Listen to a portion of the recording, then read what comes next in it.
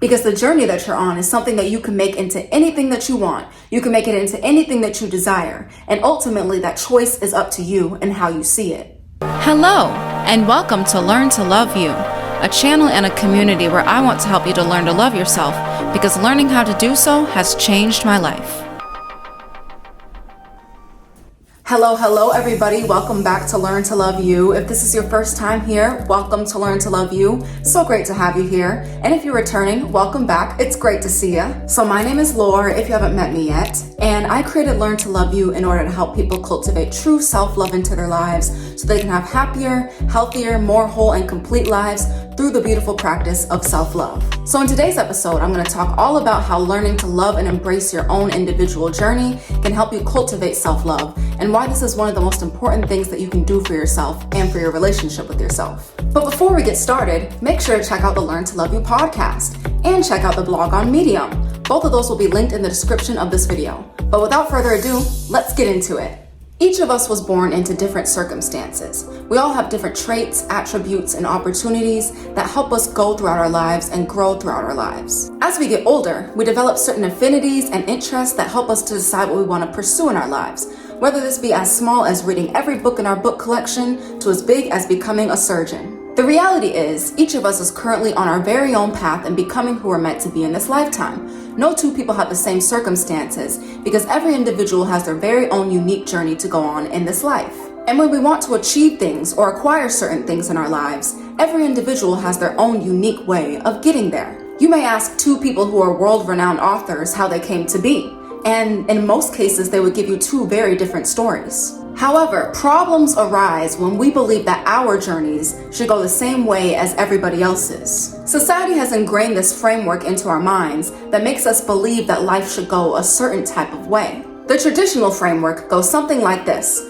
Go to school for 12 years, get at least a bachelor's degree, find a career that makes you loads of money, find a partner of the opposite sex, marry said partner, have children, retire by 65, and wait until you die.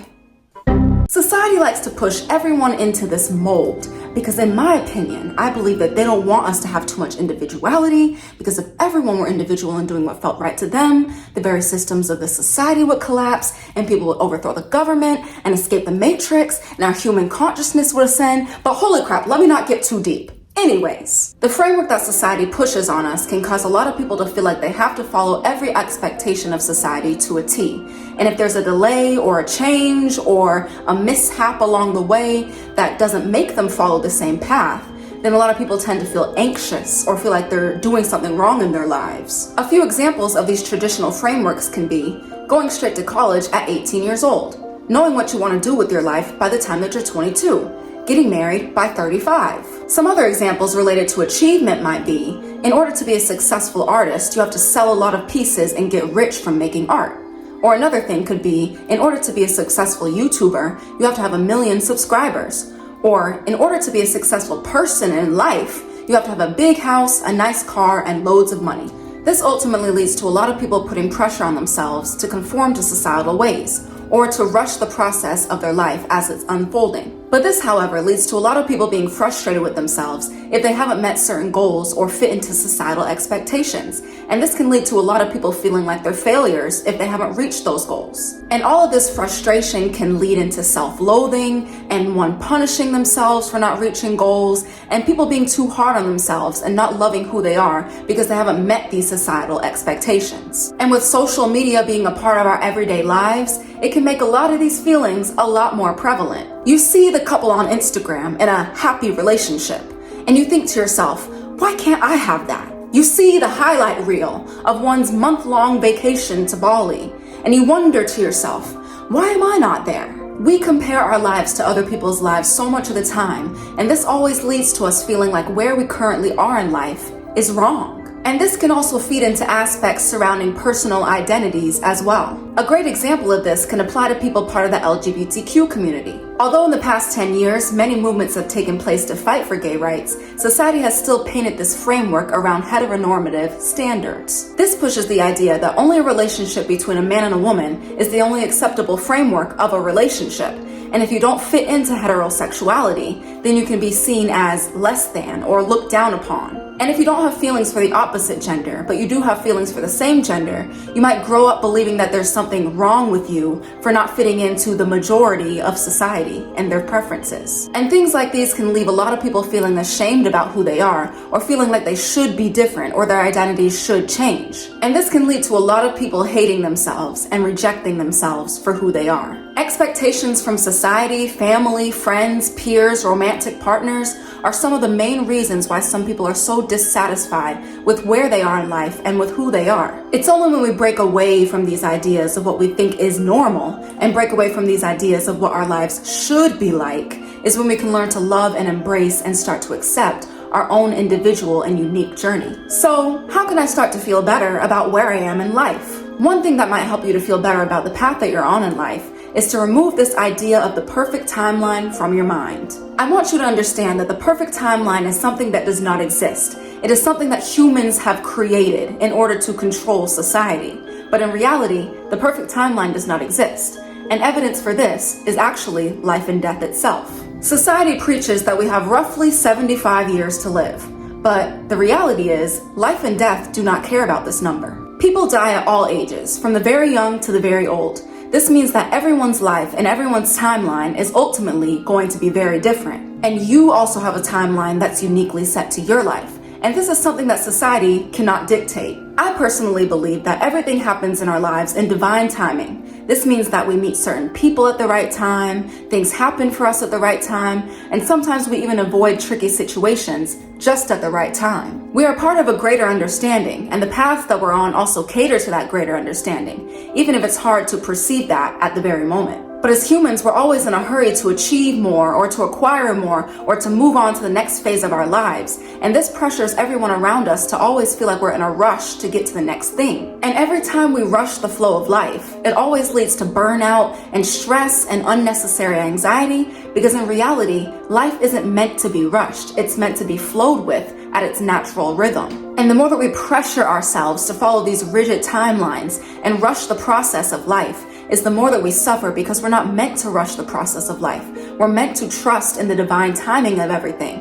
And eventually, you'll get to where you're supposed to be. I'll be honest, I too am experiencing some of these pressures right now in my own life. I just graduated this year with my bachelor's degree, and currently right now I'm unemployed and I'm looking for work. A lot of the peers that I graduated with already have full-time jobs, and currently I'm a little bit stressed about looking for work and finding a full-time job. But I came to understand that I was only in such a rush to do so because I wanted to feel like I had something going for me, or I wanted to fit into this perfect timeline. The reality is, the circumstances in the past 5 months of my life since graduation have made it unrealistic for me to start a full-time job. So I had to remind myself that it's okay not to rush into this and realize that the workforce isn't going anywhere anytime soon. And this is why we should strive to remove this idea of the perfect timeline, because it's not something that's actually rooted in reality. Nature itself does not follow a rigid timeline or create deadlines for itself, and yet it still blooms and grows oh so perfectly, all in divine timing.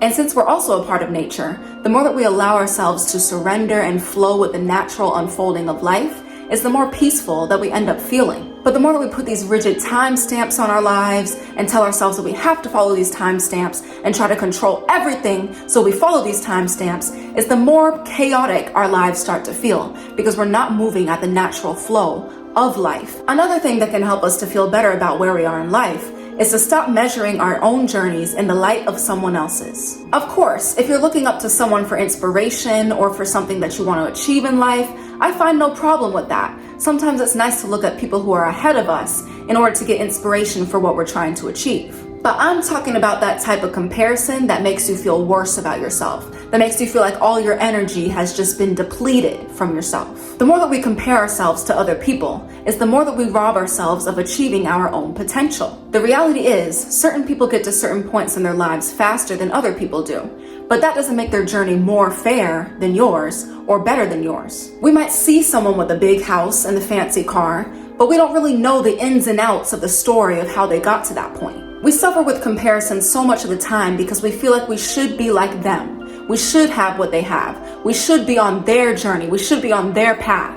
But in reality, you're not them. You came here to be you and to live out your own journey. And you're not them because you're not supposed to be. Ending the practice of comparison is one of the most powerful things that you can do for yourself in order to start loving and embracing your own journey. And ending comparison will also help to remove these feelings of inadequacy that you might be feeling about where you currently are. You also have to work to reshape the thought of, I have to be on this journey, to, I get to be on this journey. Because in reality, the journey that you're on is very much a privilege. Because the journey that you're on is something that you can make into anything that you want. You can make it into anything that you desire. And ultimately, that choice is up to you and how you see it. A final thing that you can do to start feeling better about the path that you're on is to learn how to start doing things that feel right to you and moving at the pace that also feels right to you. So many of us are afraid of doing what feels right to us because we're conditioned to believe that if we were to do things our own way and to follow our heart and follow our desires, then our lives will ultimately fall apart and crumble at the seams. But this is what society preaches so they could gain control over us